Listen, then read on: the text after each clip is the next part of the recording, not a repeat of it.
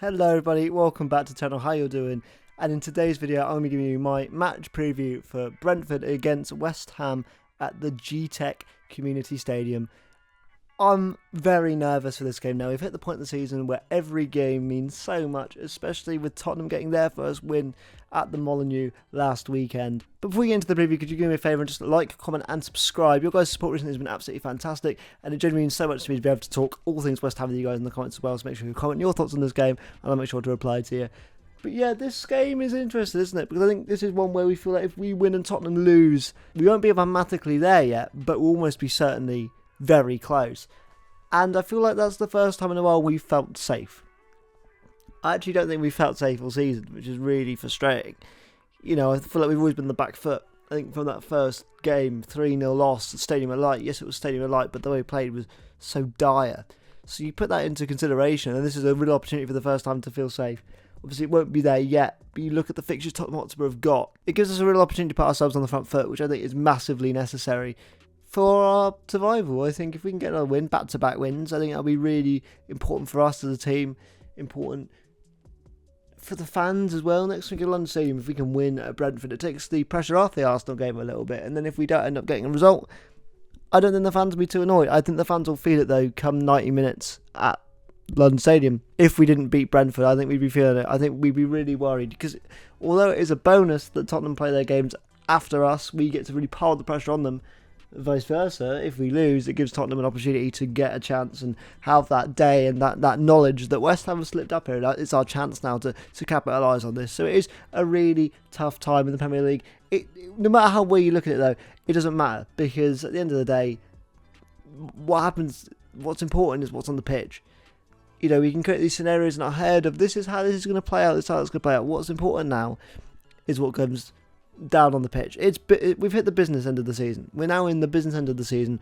We've hit that point where for West Ham it's mega to just keep getting points on the board. Yes, wins are massive. Wins are absolutely massive. You know, I think we are 2 wins away from safety. If we can half our target to this weekend, great. I think the game we've got to be looking at is this one, and is Newcastle. Ironically, our away games I think are easier. All I'll say on Brentford is I think they're a great team. I think give credit to Keith Andrews. As I said in my video on Monday, I think what he's done there is fantastic, and credit to the players and the recruitment, because they've really bought into what Keith Andrews has said. And it's not easy for someone like Keith Andrews, who is a new manager at a team who's lost all of their sort of foundation. You know, I remember when we did our predictions earlier in the year, most people were saying Brentford are going to go down because we just didn't see a way out for them. You know, their set-piece coach becoming their manager, they've lost a lot of their good players.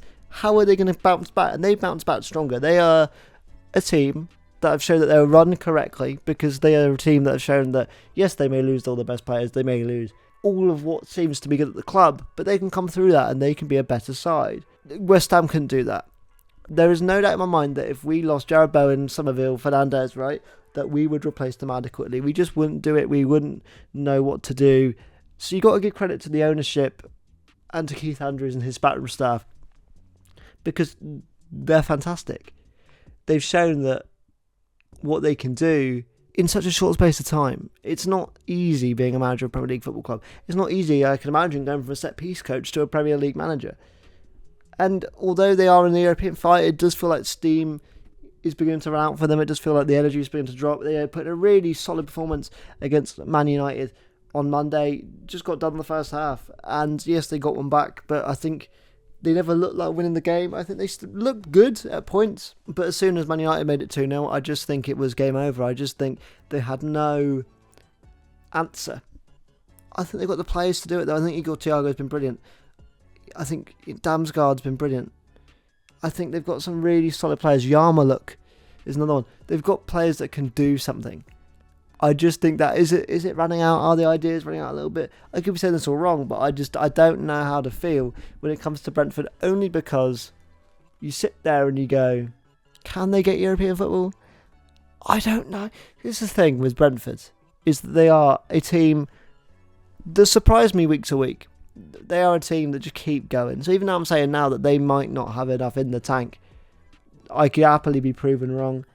I could be happily mistaken. I'm realistic. I'd want them to get European football. If there were 2 teams in that European fight that I could pick to get European football, it would be Brentford, it would be Sunderland, because those are 2 teams that have gone through massive transformations and they've shown that they can do it. I know Sunderland are also a team losing steam.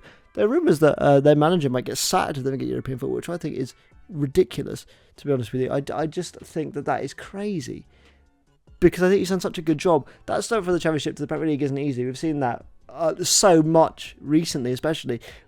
And, Burnley's a prime example. They've just lost Scott Parker today, which is nuts to lose him at this point in the season, but clearly that's for next season's planning. Now that they're definitely relegated, they've gone, right, we need to plan for next season. And it could have so easily been the same for Keith Andrews. It could have been so easily the same. They were in that bottom three and they gone, you know what, we need to change tactic. We've tried something with Keith, but it just didn't work. But instead, Keith took the ball by the horns, took the job by the horns, and actually ended up putting in a really good shift. And he's had some really good recruitment, and all the players that were still there have bought into whatever he's telling them. I think that's just a really good sign of good management for a manager that has not much, if any, experience managing at this level. I think it's incredible. Obviously, they knew he must have been good because he was obviously their choice. As soon as Frank left, they were like, yeah, we're going to have this guy. And they were very confident. They were forthright with Keith Andrews as their choice, which raised the eyebrows of everyone else in the league. They showed that they knew what they were doing and that all of us were silly because we judged them and we guessed and we argued that this is a mistake and you've gone from this really good manager to this newbie. Actually, it's worked out wonders for them, and I really hope the next season he just continues to keep going, because I have a lot of love for Keith Andrews and a lot of respect for him, and Brentford as a whole for taking that punt. But moving on to my team, West Ham United. Now, good thing is in the team department is that we're all still healthy and fit. Nuno said today at his press conference, we've got a few knocks, but everything should be okay. So to keep that in mind, I think that's really important. A big win against Everton. Callum Wilson's late winner, securing the Hammers 3 points after a controversial game of a few VAR calls that should have been made. One for Jordan Pickford, one against Mateus Fernandes. Both obviously penalties, neither given. Interesting. But overall, the confidence is riding high for the Hammers. We are currently 6th in the form table for points scored since January. And overall, that is mega, because that is after Nuno had his window, had his chance to his stamp on the team. And right now, we are feeling good. We are scoring goals. We're mostly keeping clean sheets. We're doing very well defensively. We've got a really strong morale in the team.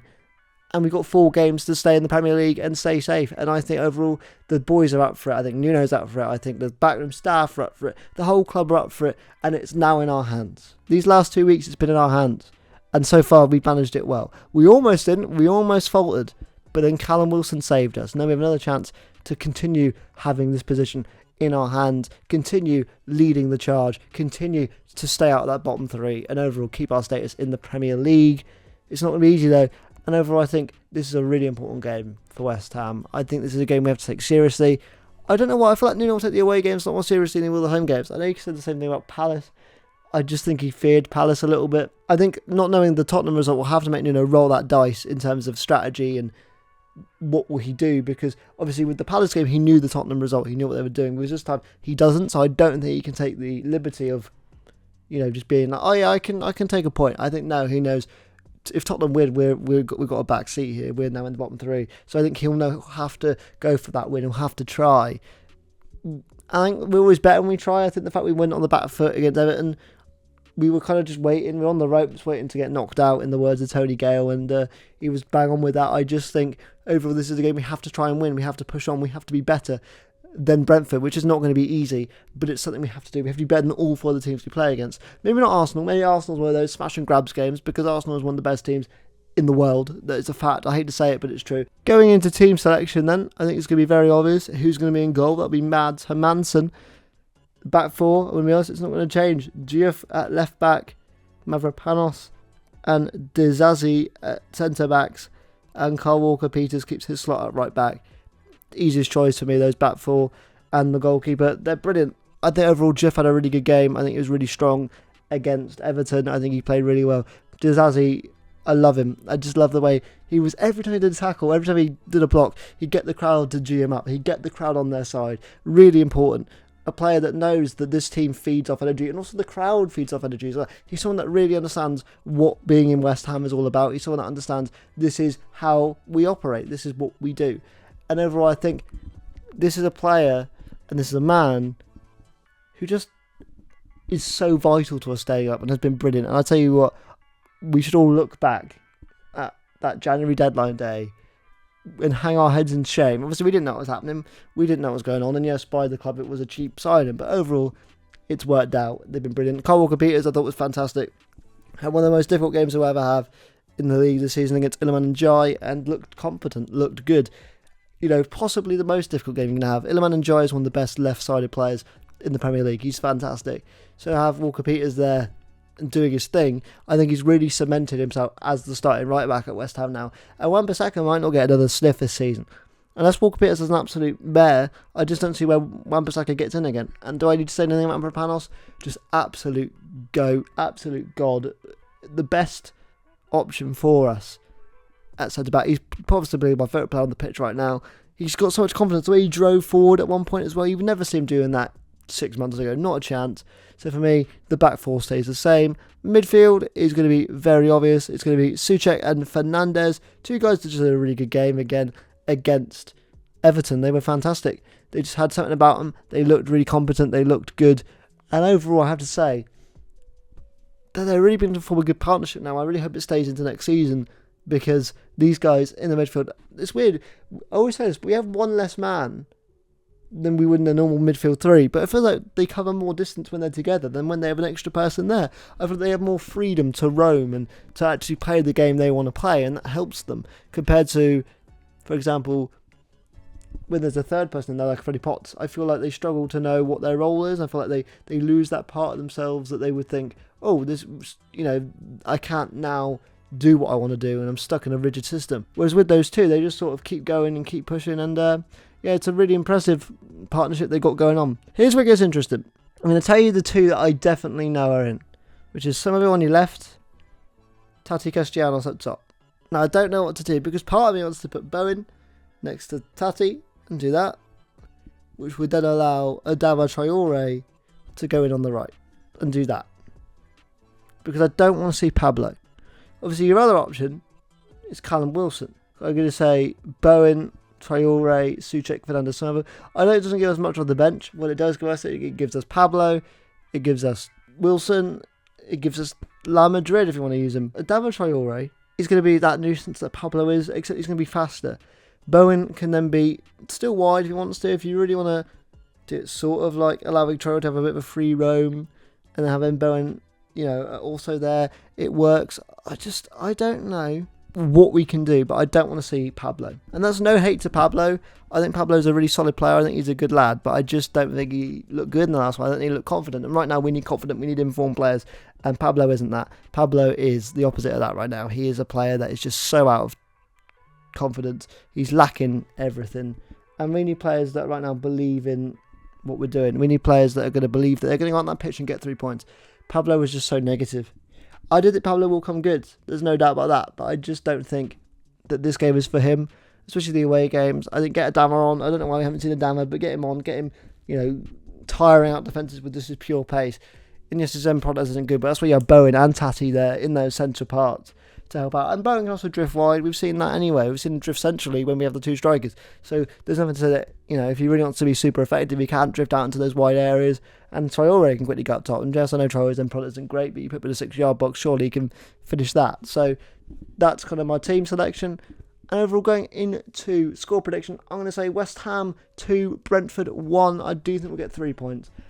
And I'm just riding the high of the Everton game, which I didn't think we'd win. I thought we'd struggle. And I think overall we did really well. We managed to get 4 points out of Everton this season. We've done very well. Brentford is going to be a tougher task. I don't remember us having great days at the G-Tech. To be honest, I don't know what our record is there. I probably should have looked at before filming, but I can imagine it's not the best. Can we get a win now? I think it's important we do. If we do that, I think we could be in really good stead going forward. Getting back-to-back wins against Everton and Brentford, who are in that European race, gives us really good, feeling towards the games against Newcastle and Leeds. I'm writing the Arsenal game off because I don't think we can play our natural game and win. That is going to be a smash and grab like it was at the Emirates when Wan-Bissaka assisted Bowen last season, right? It's not going to be a we outplay Arsenal. That's just not going to happen. So I do think we can get the result here, though. I do think we can win. But more importantly, what do you guys think? Let me know in the comments down below. Make sure you like, comment, and subscribe. And I'll see you guys later. Take it easy. And bye-bye.